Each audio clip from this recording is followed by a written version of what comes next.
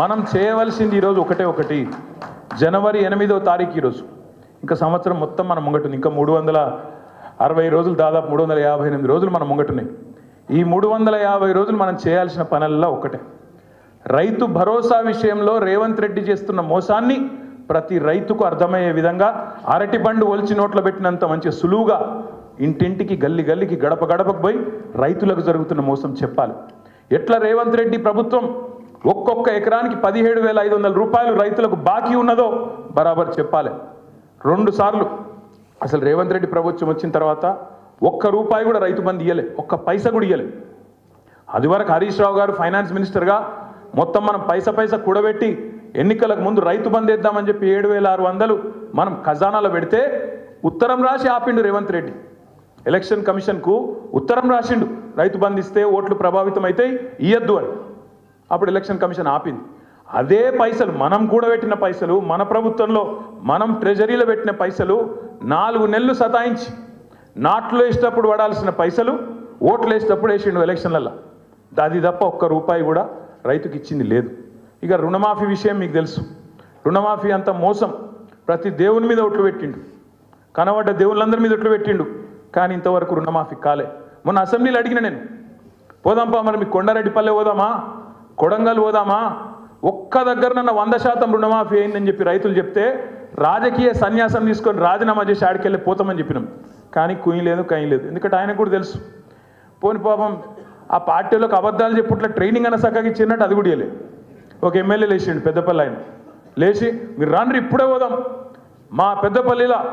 60% 70% అయిందని చెప్పిండు మేము చెప్పింది గదేరా నాయన మొత్తం కాలేదు ఇదేమేం చెప్పింది మీ ముఖ్యమంత్రి 100 అంటుడు నువ్వు 60 అంటూ నువ్వు కింద పోతే చారాన కాలే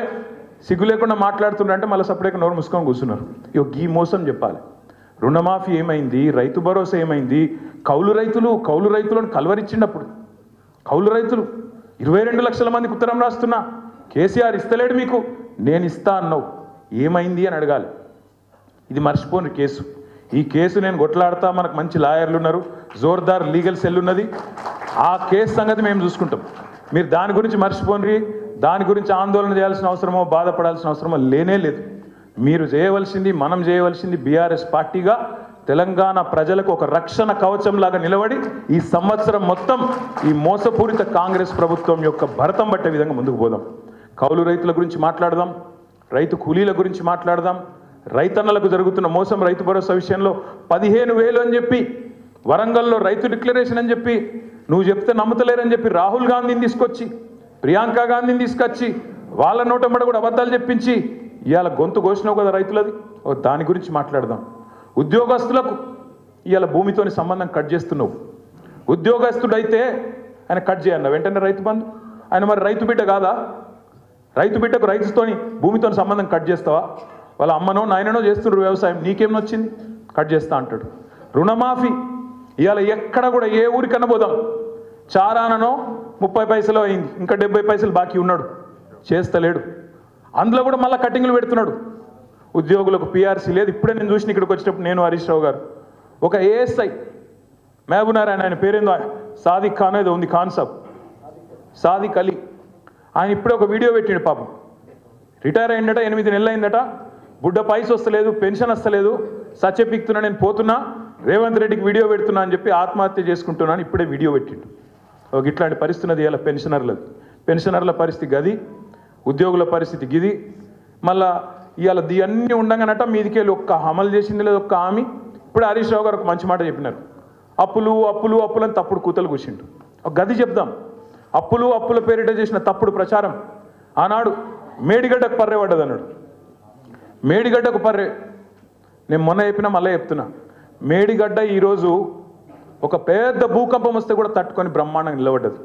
28 లక్షల క్యూసెక్కుల వరద వస్తే కూడా తట్టుకొని నిలబడ్డది ఇవాళ పడ్డది పర్రె మేడిగడ్డకు కాదు నీ పుర్రెకు పడ్డది నీకు బుద్ధి లేదు నీకు ప్రభుత్వం నడుపుడు చేతనైతే లేదు దాన్ని రిపేర్ చేసి యాసంగికి నీళ్ళు ఇచ్చే తెలివి లేదు దాని మీద మాట్లాడదాం యాసంగి పంటకు రైతులకు చివరికి అటు కిందికి కోదాడకు సూర్యాపేటకు తుంగతుర్తికి మా డోర్నకల్కు అక్కడికి నీళ్ళు వస్తలేవన్న మాట గది మాట్లాడదాం అంతేగాని ఈ కేసు దీని గురించి ఏందో ఆందోళన దీని గురించి ఇబ్బంది ఏమీ లేదు బ్రహ్మాండంగా కొట్లాడదాం సుప్రీంకోర్టుకు పోదాం, ఇంకో కోర్టుకు పోదాం, మనం తప్పు చేయలేదు. తప్పు చేయనప్పుడు ఎవ్వడికి భయపడే అవసరం లేదు. బరాబర్ న్యాయ పోరాటం చేద్దాం.